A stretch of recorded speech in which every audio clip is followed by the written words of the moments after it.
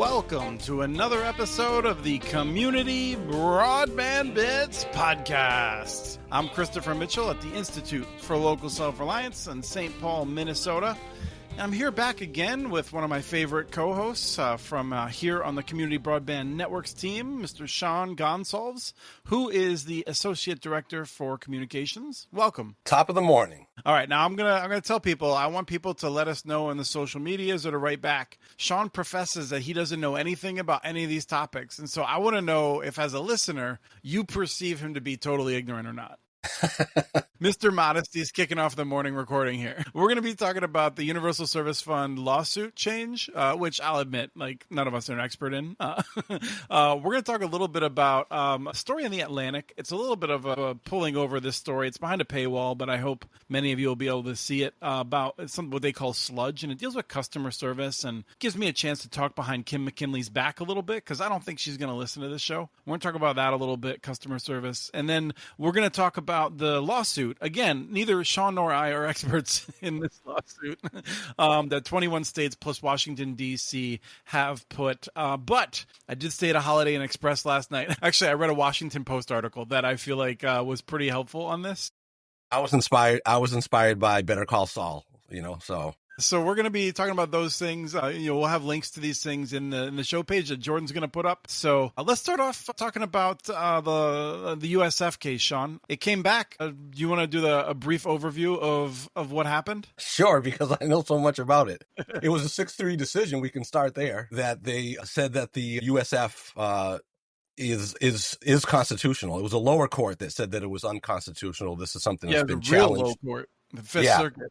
Real low, in my opinion. And that the Supreme Court found that the FCC did not exceed its authority when it established the USF in 1996. And so I think that's pretty good news because it does serve an important function, especially for schools and libraries as it relates to internet access. And so I'm confused about it.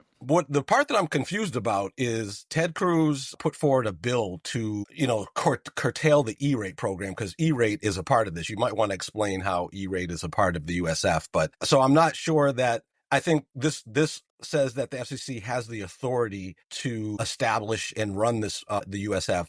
However, in terms of the expanded role that the FCC created under this for the E-rate program, I'm not sure how this decision affects that. I don't think it touches that at all. But I'll just go back a little bit. The Universal Service Fund has 4 main programs. They're not equally sized at all.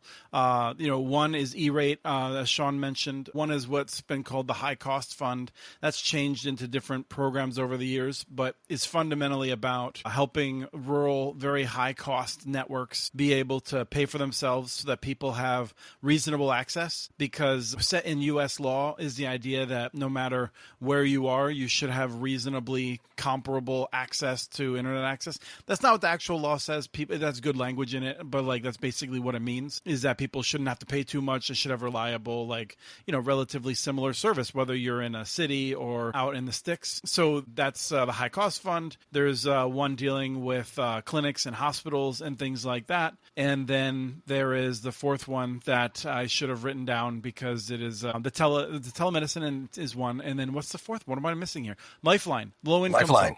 Yep. Yeah, Lifeline, one of the bigger ones. Lifeline is the piece that provides access and has made sure that people who don't make a lot of money or don't make any money can have telephone service. That's been expanded, that you could use that $9.25 discount more if you live on a tribal reservation. You can use that for telephone or against internet access in many cases. So that's what the Universal Service Fund does. Now, these guys at Consumers Research, and I assume it's mostly guys, they have been doing lawsuit after lawsuit because they are so annoyed. They don't like that the way the Federal Communications Commission set this up was that the FCC was like, we don't want to do this with our staff. We're just going to create a nonprofit organization and we're going to tell them what to do. That's the Universal Services Administrations Company. I USAC. probably have too many pluralizations there, the USACs. And so USAC makes decisions about the fees that it assesses on certain services, and that goes in to fund the program. One of the things we like about it is that we don't need Congress, which is so incompetent, just so blazingly incompetent this year in particular. We don't want them to be deciding whether or not they're actually going to fund the school's multi-year contracts this year, right? I mean, like, we don't want to see it run out of money like we saw the ACP. And Right. so this is an ongoing thing that works well. And I mean, and speaking of the ACP, I mean, there had been the USF like to reform it, it could be a source of permanent funding for ACP. So that, because it's a good point about what you say about Congress, because as we saw with the ACP, such an important program, 23 million households were relying on it. It goes away. There's no, there were efforts in Congress, bipartisan efforts really, put more money back into that program, and it never went anywhere. So here we are, we have no ACP. You've got Senator Cruz who, filed that bill to curtail the E-rate program. Right. So, he doesn't want the hotspots going out to right. kids' homes, because he would rather have 9 million kids not have any home internet access and be denied an education, rather than take the chance that some of them might use it inappropriately. Good decision making, my man.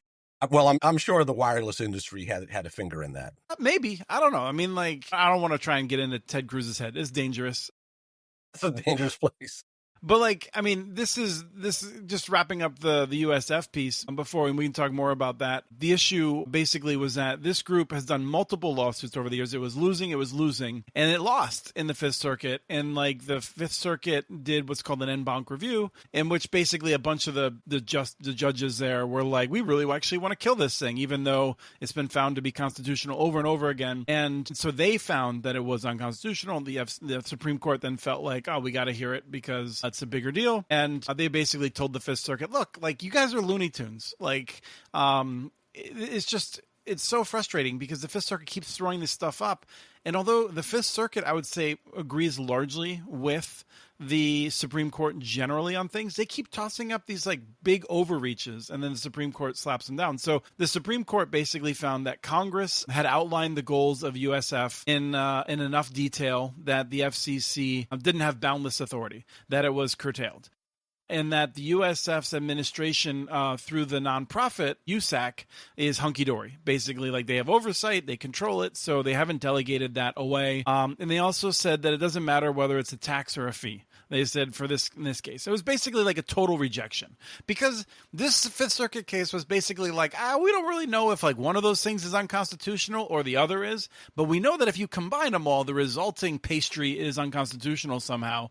And the Supreme Court was like, as they say on one of my favorite podcasts, which is, wow, boy, is that embarrassing, right? One of my favorite podcasts. I was literally just listening to it. It fell out of my head. Advisory Opinions. I think David French and Sarah Isgur. I disagree with them more than half the time, but I think they do good analysis. They always say that the Supreme Court's sort of reaction on this is "nah, dog." So the Supreme Court basically said no.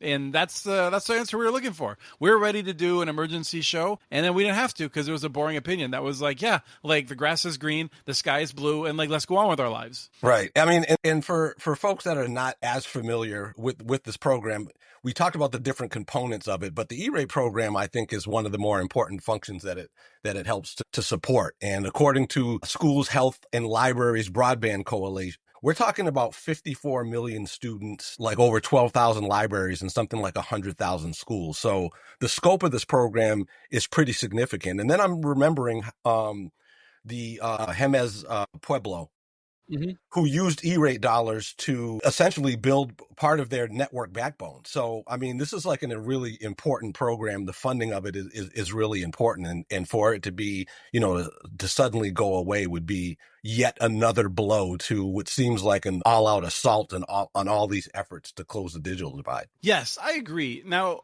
let me just say that I don't like the E-rate program. I feel like it is really important that we support schools, and there are aspects of it that are really good. Like you just named the one that for Jemez Pueblo, where they built out, a fiber that was able to be the backbone of not just for the schools, but also they could, at their own expense, they were able to put in additional fiber at the same time that really benefited the community. That is it's a really great way of doing it. One of the things that I've seen over the years is that this program has created some poor incentives that should be, I think, looked at. There's arguments constantly that you're going to be overbuilding with these funds as though that's a terrible thing, because anything that happens where you build a new network where there's an existing network, that only happens when you find that the existing network is charging way too much, and it is cheaper to have a bunch of people go out and dig up the streets and put in new fiber. That is cheaper than paying for the overpriced services, right? And in this what's called special construction, I think is what they call it. And so it's a good approach. But I've seen in school districts where the school district is paying way too much, and they're like, whatever, we don't care. We have a lot of poverty. The federal government pays 90%. And so they end up with a network that is not as good as what they could have. And they just don't have a lot of incentive to fix it because they're not paying the bills. And so I get concerned when we see some of this money being used in ways that I think is not super efficient. But you don't hear about that at the federal level because that's money that's mostly going to the pockets of the powerful, big telephone companies. And so, that's never even talked about. But I would say that E-rate is super important, but where it fails, we don't even really talk about that. We were always focused on other things. A good point. Good point. So we wanted to talk. This is a story that I threw at you. So I got this. I've been a fan of The Atlantic for a long time. They do interesting writing, and but this actually, my dad sent me this article, and he said I effing knew it because in the article it talks about how isn't it odd how you get so many more phone disconnections when you're on the phone with some big company in the middle of their telephone chain, and that's when you get disconnected. It's not when I'm talking to a family member and I'm like, oh my god, I got to end this conversation. I never get disconnected randomly then. It's only when I'm trying to 45 minutes into these series of phone calls to try to cancel my Comcast bill or something like that, right?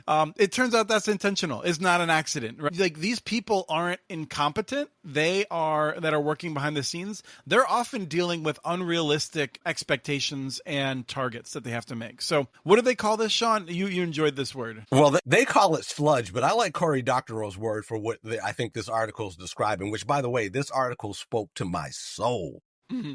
I mean, I think it will speak to most people's soul because it perfectly captures what I think is the experience of just about everyone when, you've got some issue like in this article. Right. So the title of the article is That Dropped Call with Customer Service. Mm-hmm. It was on purpose. It's by Chris Collin.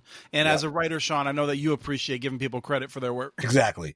No, Chris I'm not all that familiar with his other work, but this article was right on point. Yeah. So it spoke to your soul, huh? It did. I mean, the scenario he described where which was sort of his, introduction is this issue he had with, I think it was a Ford Explorer he bought and was driving, and there was a curve coming up in the road, and suddenly the steering wheel wasn't working and his brakes weren't working. Luckily for him, the car kind of puttered out before it hit the curve, and then he describes all of the, Right, and then it happened 20 minutes later, again, when he's trying to drive the place to get it fixed. And then he goes to the mechanic, he just describes about going to the mechanic and then trying to talk to Ford about getting his car, fixed, and just the whole bureaucratic corporate bureaucracy that he tried to navigate that took 6 months to figure out because he had a lot of flexibility and time on his hands where he could do that. But then the article talks just about sort of the scholarship on this area and about this whole thing that these economists call sludge, which Cory Doctorow calls enshittification. Exactly, which I love that word even better because it just really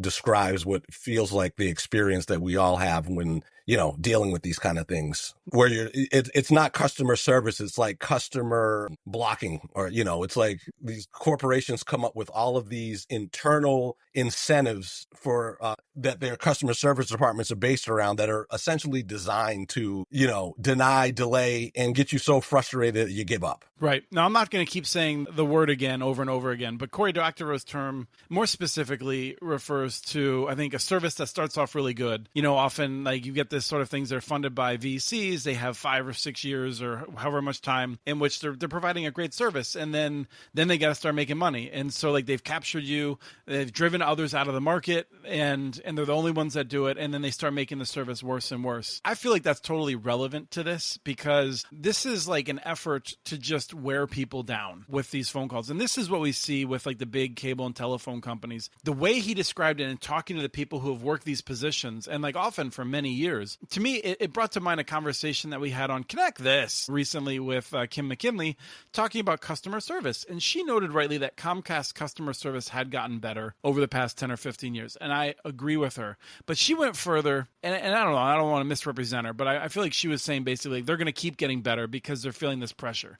And I have my doubts. I think they're going to continue to like hire people in customer service and then not empower them to really solve people's problems because they don't want to make it easy for people to unsubscribe, right? And like the Federal Trade Commission under the Biden administration was going to do the whole click to cancel thing to make it easier. I think that's been delayed. I don't think it's been fully canceled yet, but like, do we really think the Trump administration is going to push it through? I don't know. We'll see. I think they're going to find ways to delay it. And so these big companies are going to keep screwing us over. And it's the smaller companies that, you know, ILSR, the Institute for Local Self-Reliance, that we're focused on because they have better incentives, right? And this is something you've heard me talk about many times before. A for-profit company that is like a local business employing like 10, 100, even 400 people in a community is different from like one that's controlled by Wall Street that is like whether it's publicly traded or not, that has like the exact opposite incentives. You know, like they don't know any of their customers. They don't really care. They don't see them. They don't have to deal with, they're not accountable to them. And it's just, it drives me a little crazy that people think about for-profit and nonprofit when they need to think about the scale being involved in these things. Exactly. I mean, you know, if you've got a small, like you say, a small, you know, locally based business, they actually still care about their reputation, their brand, what customers think about them, how often they come back, all of those kind of things. These bigger companies, it's clear that, as this article kind of points out, it's like once they've got you captured, it used to be like customer is king, and now it's kind of like, you know, the only thing that matters is efficiencies from the corporate perspective and quick turnover of profits to shareholders. I mean, and you know, this is king when the customer has a choice, right?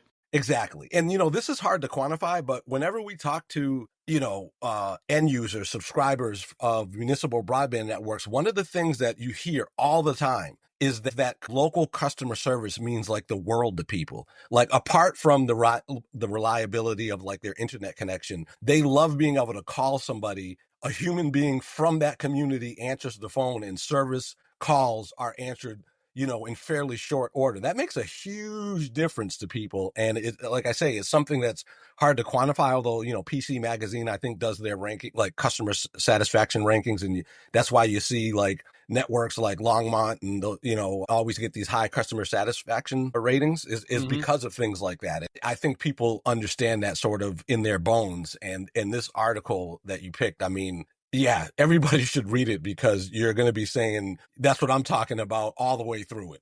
Right. And this is where I actually think this is a part of why our politics are the way they are. Because like whether you're dealing with a government agency in some cases, or I think it's much more often a company, a big company that has cornered some part of the market where you don't have any other choice, you feel powerless, right? Like this even happens with like games and stuff where like you've been playing a game, you've been putting like tens of hours into something, and then like something happens and they flag your account as being fraudulent. And like you haven't done anything, but like you set off some sensor somewhere, and then you write to them and you get some AI response, which is like, oh yes, you definitely committed this infraction, but no, we can't tell you what it was, and now go away. And you're just like, you just feel so burned and you can't do anything about it. And whether that is like, you know, whether that is from a cable company, a fitness company, a bank, or whatever, you know, like our game company, it feels the same way. And then you just have this rage that builds up and you just feel like, you know, you don't have any control over your life. And that's because increasingly we don't have freaking control over our lives, right?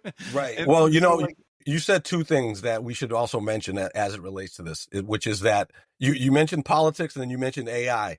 So quickly, I think that this is going to get exponentially worse with AI, you know, this kind of sludge. And then, you know, what we've been seeing in the, you know, everybody's aware of in the news, this whole battle in the Senate over the you know, the quote unquote big, beautiful bill.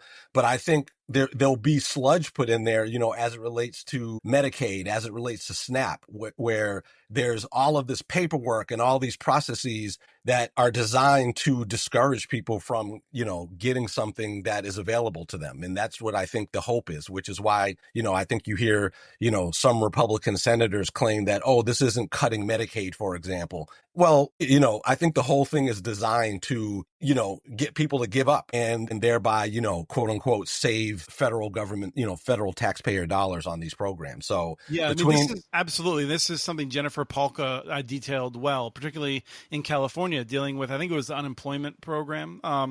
It was her book is Recoding America: Why Government is Failing in the Digital Age and What We Can Do About It. I've recommended it so many times. I think her interviews and podcasts are really helpful. And basically, you have systems in which it's not a failure. It's not an accident that it works the way it does. It was designed to screw people over because there's a sense that if they can deny half the people who are eligible for benefits, it will save money for someone, and we won't have to raise taxes on like whether it's middle class or higher income folks. Now, I do want to say one other thing, which is that to get back to the story, is that one of the reasons you get hung up on or why you get transferred places is because if you're talking to a person who has already elevated an issue to their supervisor too many times that month, they're going to get dinged if they do it again. And so they might be pushing you off. They might accidentally hang up on you in hopes that you're going to find someone else because they are not empowered to solve your problem. They are there to make sure that the company hits certain targets for how much they're spending on products they didn't properly test or things like that. That's right. And so that's all detailed in this article, which to me was, you knew every other sentence I'm screaming, I knew it.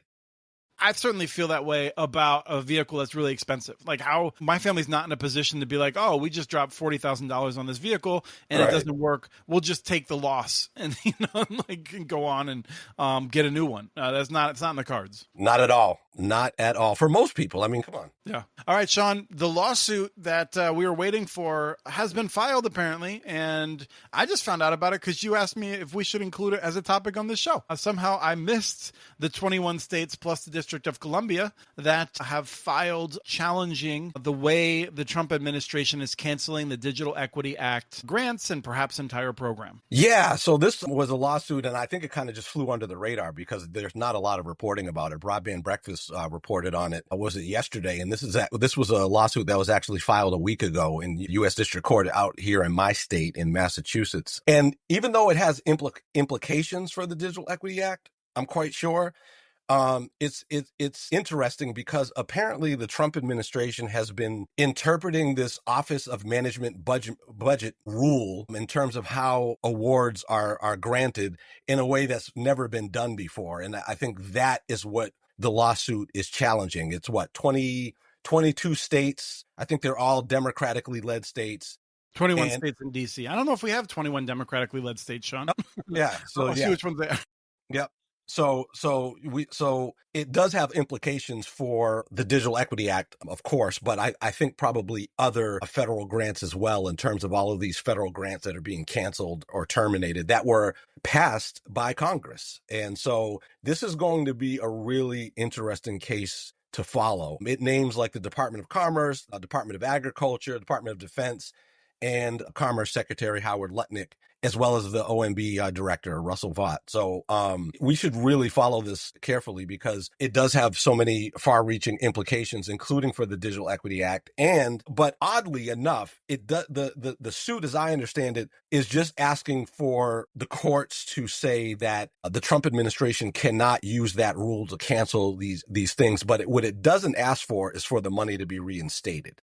Right. Yeah. I think there would be other lawsuits that are being contemplated that might be related. You were right. I would say blue and purple states. So we got New Jersey, Massachusetts, New York, Arizona, California, Colorado, Connecticut, Delaware, District of Columbia, Hawaii, Illinois, Maine, Maryland, Michigan, Minnesota, Nevada, New Mexico, Oregon, Pennsylvania, Rhode Island, Vermont, and Wisconsin. So those are the ones. And so there's this great article that we'll link to in the Washington Post that I thought covered this pretty well, offering some background. In the first Trump, they had canceled a bunch of programs. And at that time, the rules around how to cancel programs were that it had to be for cause. And so there's a bunch of lawsuits, and the Trump administration lost lawsuit after lawsuit because they were trying to cancel these programs without following the law. And so in November of 2020, the Office of Management and Budget under Trump changed the rules, which they did using the right process so that to the greatest extent authorized by law, a grant could be pulled if it no longer effectuates the problem goals or agency priorities. So this word effectuates and effectuate, you'll see over and over and over again in this. Now it turns out, and this was just if people want to look it up, it's 2 CFR 200.340A2. And so like the Biden administration came in and they took a look at it and they adjusted it a bit, again, following the appropriate procedures. And my understanding is how they left it was that grants had to have very clear termination language in them. And so like if an agency like NTIA was making a grant, it had to include the terms under which a grant could be terminated. And it sounds to me like the Trump administration now is just ignoring that and just saying, hey, broadly, these grants don't fit with our new priorities, so we're just canceling them. That's right. I don't know. I mean, I haven't dug in deep enough to know what the exact cancellation terms were in the DEA grants. But I'm guessing it wasn't like on the whim of someone who's going to lie about whether the program is racist or not.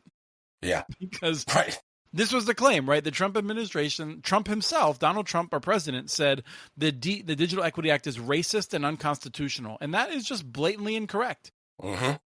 I'm not a scholar. I'm not a Keel Omar, but like I happen to like follow law pretty closely for like a random guy, and like this law is like pretty constitutional. Like, and I would say that like if a court found that a part of it, a small part of it, that does in fact say among the 8 different covered groups, one of them is improper because the federal government should not include a racial characteristic for whether or not one is part of a covered group, then we would have 7 covered groups. We don't cancel the whole law. We just cancel that one. Exactly.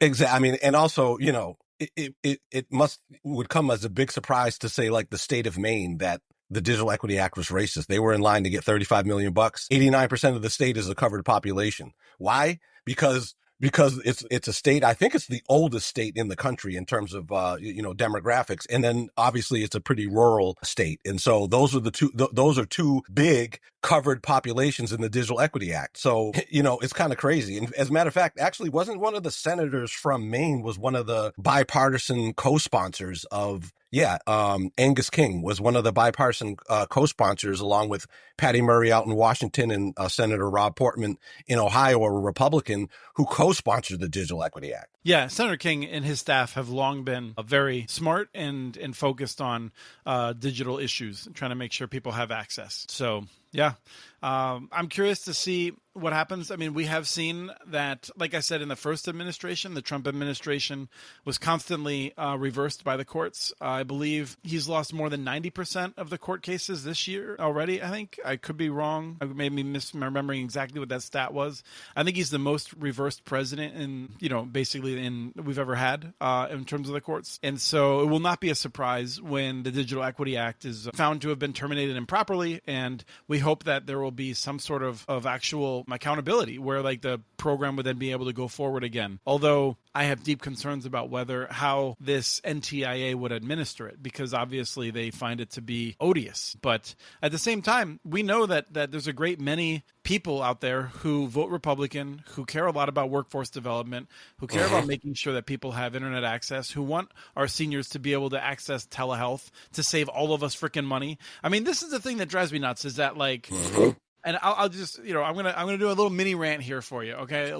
Here it is. But like when people want to talk about like what our deficits and our debt and stuff like that, it's often talking about levels of taxation. What they should be talking about is like how much we're going to be paying in the future to cover 2 diseases, diabetes and Alzheimer's, right, or other cognitive decline. Those are the things that are going to kill our productivity, our medical expenditures, and things like that. We need to be doing more research into those issues, because that's where our costs are going to increase hugely. That's where people like me are going to have to leave the workforce to take care of my parents, in a wrong kind of scenario where we don't have Medicare or Medicaid that's going to help take care of them because the costs are too great. And it just drives me nuts. And I'm not talking about like one small group of people. People in general don't understand where our future costs are coming from and how we need to be spending a lot more on a number of these issues to try to make sure the costs don't balloon wildly out of control. That's what we should be thinking about if we're thinking smart about future money. That's right. I co-signed that rant. I don't know if it was a full-on rant, but I totally co-signed that. So this all comes back to internet access, though, because we know that Medicare and Medicaid save money if the people who are on them have decent internet access. They have decent internet access is correlated with a ton of other things and will help us to save far more than the costs of getting these people connected, making sure they have devices, making sure they're able to use those devices in a safe manner, and that's where we should be focused. The rest of this just seems like games.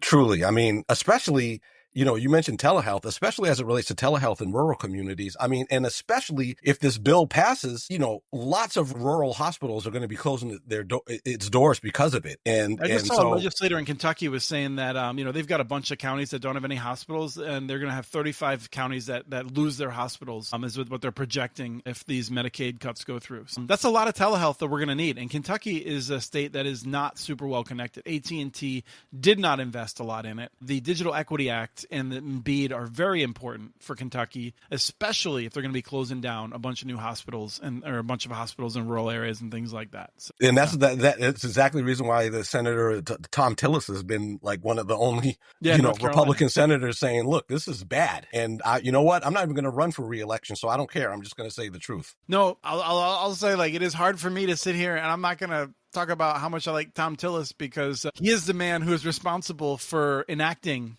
Time Warner Cable and AT&T's agenda in North Carolina. He is the reason internet access is so poor in North Carolina. He was basically on the payroll of Time Warner Cable, according to some of the documents we've seen back in the days when he was running the House in North Carolina. Has done indescribable damage to the state of North Carolina, and now he's decided he's not going to defund this program. I appreciate any time anyone steps up and does what I think is the right thing. This bill, it drives me crazy. This bill, if you remember, I have talked so many times, was it 2017, 2018, when the Republicans decided to tax broadband. The IRS had previously made it a determination that if you got money for a broadband grant, it was not taxable. And Republicans, without even reviewing the bill, right? These bills didn't go through committee. It was just the same sort of process of just being thrown around, long bills. No one really knows what's in them, and they passed it without proper forethought. And now we're taxing freaking money on broadband grants. And it's the same process here. No one actually knows what's going into these things. It's infuriating. So it is.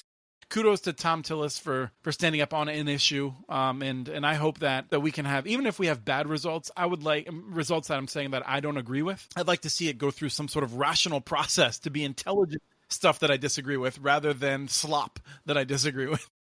Right. Sludge. Thank you. Well, Sean, we're out of time. I appreciate you did a great job, and I ask you to step in and be uncomfortable because I know you're going to do a great job. Thank you. I appreciate you. I sludged my way through it. Cool. Thank you so much. All right. We have transcripts for this and other podcasts available at communitynets.org/broadbandbits. Email us at podcast@communitynets.org with your ideas for the show. Follow Chris on Blue Sky. His handle is @SportShotChris. Follow CommunityNets.org stories on Blue Sky. The handle's @CommunityNets.